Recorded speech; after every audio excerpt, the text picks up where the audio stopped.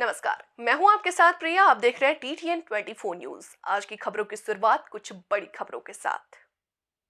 उत्तर प्रदेश के जनपद रामपुर के जिलाधिकारी जोगेंद्र सिंह एवं पुलिस अधीक्षक राजेश त्रिवेदी द्वारा लोकसभा चुनाव के दृष्टिगत की गई कार्यवाही तैयारियों के संबंध में कलेक्ट्रेट सभागार में प्रेस वार्ता का आयोजन किया गया।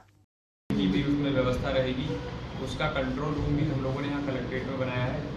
3 प्रकार के कंट्रोल रूम हम लोगों के हैं, जिसमें एक वेबकास्टिंग का भी कंट्रोल रूम है।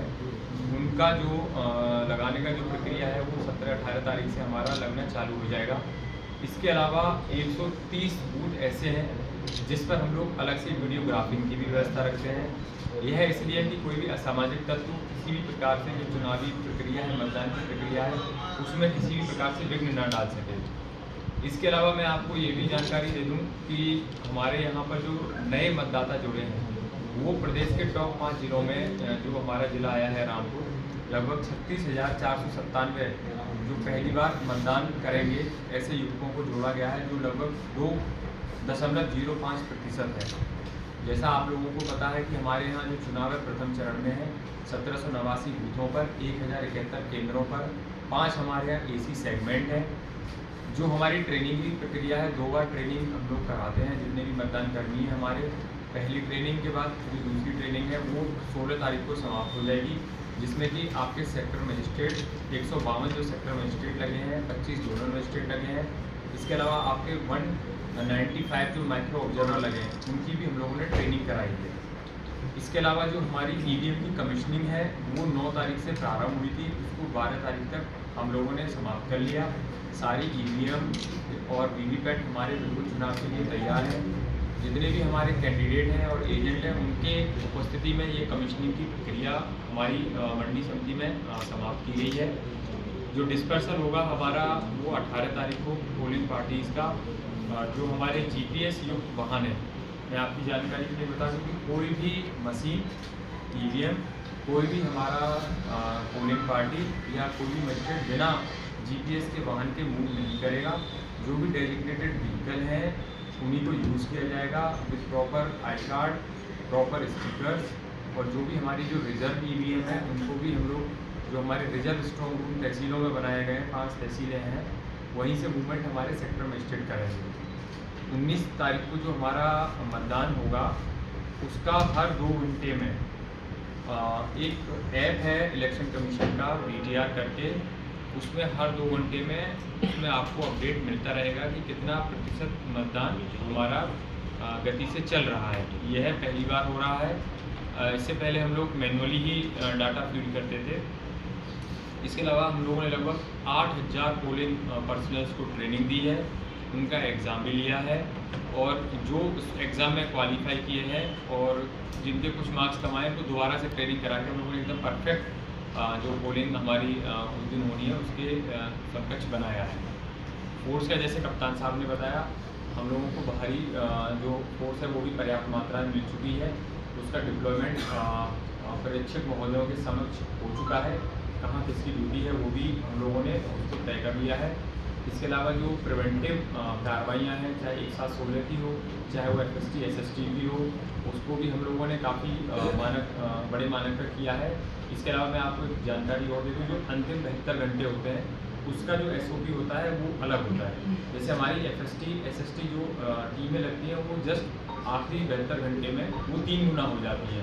तो हमारी जो FST टीम है वो 45 हो जाएंगी 72 घंटे में और SST भी हमारी लगभग 45 हो जाएगी। 11 हमारे बैरियर हैं अक्रॉस द उत्तराखंड स्टेट जो बॉर्डर है, उस पर भी हम लोगों ने वीडियो कैमरा की व्यवस्था की है, CCTV की व्यवस्था की है। इसके अलावा हमारे जो सुपर जोनल मजिस्ट्रेट हैं उनकी भी ड्यूटी लगाई गई है। सर, मतदाता कौन कौन सी ID लेके जाएंगे अपना मतदान? देखिए, मतदाता जो हमारी 12 पहचान पत्र होते हैं उसकी जो सूची होती है हम हर बूथ पर भी लगाते हैं कि आप कौन सा मतदान पहचान पत्र आप लेके जा सकते हैं। उसमें से कोई भी मतदाता वो पहचान पत्र अपना वहाँ पर जो पोलिंग पार्टीज़ के एजेंट्स को पर्सनल्स होते हैं उनको दिखाकर अपना मत का प्रयोग कर सकता है। वो जो पोस्टर होता है वो बूथ पर भी लगा रहता है, हर बूथ पर ये पोस्टर लगा रहता है। सर, बूथ के बाहर होगा, बूथ के बाहर होगी ID चेक या बूथ के अंदर होगी सर? देखिए, मतदान की जो पर्ची है वो बूथ पर ही चेक होती है, अंदर नहीं होती है कमरे के। इसके अलावा जो आपने क्वेश्चन पूछा वोटर स्लिप का, चूँकि हमारा बॉर्डर भी पड़ता है उत्तराखंड के साथ हुआ, तो उसमें हमने 11 बैरियर्स लगा रखे हैं जो कि 24 आवर्स बैंड है, ताकि कोई भी अवैध व्यक्ति, असामाजिक तत्व अथवा कोई भी अवैध सामग्री वहाँ से आ जा नहीं सके। बाकी SST का एड्रेस आपको दे दिया गया है।